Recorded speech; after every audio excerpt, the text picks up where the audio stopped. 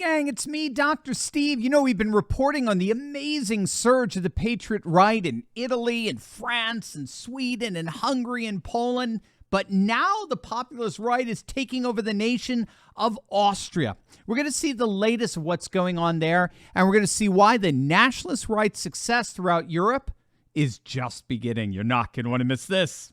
A number of reports have been coming out of late on the astonishing rise of the Austrian Freedom Party, the populist patriot party that's taking the nation by storm. Just a few weeks back, the province of Lower Austria held their regional elections, and pundits were absolutely astonished at the surge in support for the Austrian Freedom Party.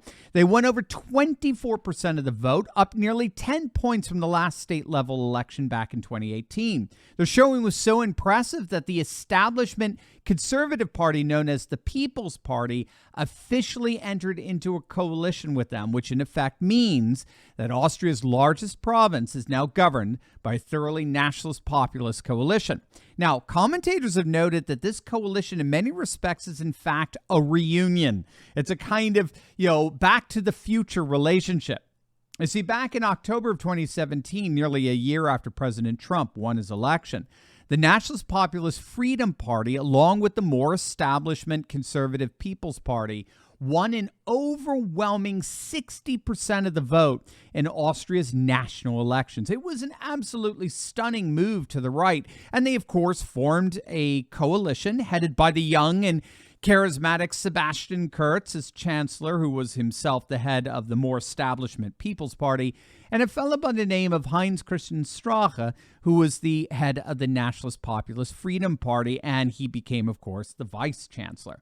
Together, they oversaw what was perhaps the single most conservative government in all of Europe, outside of Viktor Orban's Hungary and the Law and Justice Party in Poland. In fact, one of the more controversial moves of the government was the shutting down of several mosques and expelling a number of Turkish-funded imams as a part of a crackdown on Islamic extremism within their borders.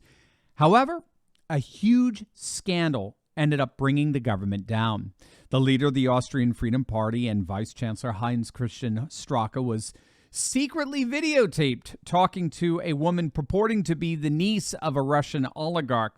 Apparently, they were in a villa on the island resort of Ibiza, a Spanish island, when Strache was covertly filmed discussing how the supposed Russian oligarch niece could gain control of the country's largest circulation tabloid and install editorial staff who would help the Austrian Freedom Party's election campaigns. And in return, Strache suggested the possibility of awarding public contracts to this person. And so, needless to say, Strache had to resign along with all the top leaders of the Austrian Freedom Party, and the government just completely collapsed. And they've been replaced with more or less a leftist coalition government ever since. That looks like it's all about to change, if what happened in Lower Austria is any indicator. The Populist Freedom Party has made a stunning comeback. They are now officially polling as the number one party in all of Austria. They are it, man. They're on top. They're polling nationally around 30% support, which is absolutely huge given that Austria has multiple parties in their parliament. If they sustain this momentum, they're going to win the upcoming parliamentary elections in 2024. Again, it's an absolutely stunning comeback, and it's a testimony to precisely why the nationalist right is storming Europe. And I'm going to show you exactly why it's all just the beginning. But for you Patriot business owners out there, you have got to meet my good friend, Josh Zaglowski, co-founder of ERC Specialist. He is an amazing payroll protection company exclusively dedicated to understanding and maximizing what's called the CARES Act Employee Retention Credit. If you're a small business owner looking to get up to $26,000 per employee back from Bumble and Biden, you need to click on that link below in the description to see if you qualify today. It's an absolutely amazing opportunity. Perhaps the fundamental dynamic behind European populations increasingly turning to the populist right is the rise of what scholars call post-security politics, where the three basic securities that are supposed to be guaranteed by the nation state, border security, economic security, and cultural security, have all begun to erode under the pressures of globalization. Globalization has eroded border security primarily through mass immigration, but also through the free flow of goods and transnational trade and electronic money. Globalization's eroded economic security with something called a global division of labor, where manufacturing and industry jobs are all they're shipped out to third world countries, all as capital and finance are relocated around urban centers, leaving rural populations highly unemployed. And globalization has eroded cultural securities, where our nation's cultures, customs, and traditions are rebranded as racist and bigoted and phobic.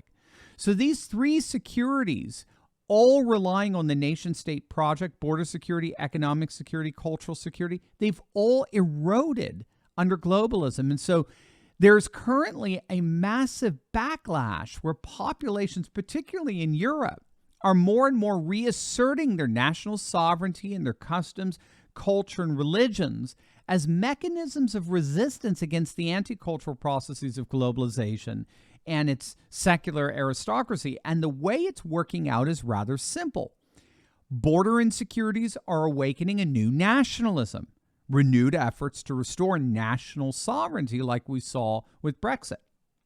Economic insecurities are awakening a new populism, where the people are standing up to multinational corporations and bringing back their manufacturing and industry. And cultural insecurities are awakening a new traditionalism, where populations are re-embracing their customs, their traditions, most particularly their religious traditions, again, as mechanisms of resistance against the woke leftism pushed by globalist interests. And so a new politics is emerging around these three forms of security, and that politics is the politics of the new right, the nationalist, populist, and traditionalist right.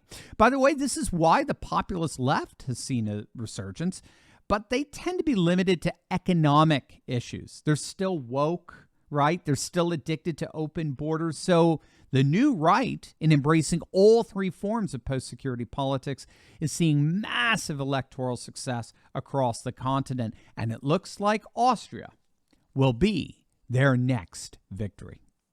As always, make sure to smack that bell and subscribe button. You'll definitely want to check out my latest video on precisely why Trump's arrest will most certainly help him win in a landslide. You're not going to want to miss it. So make sure to click on that link, and I'll see you over there.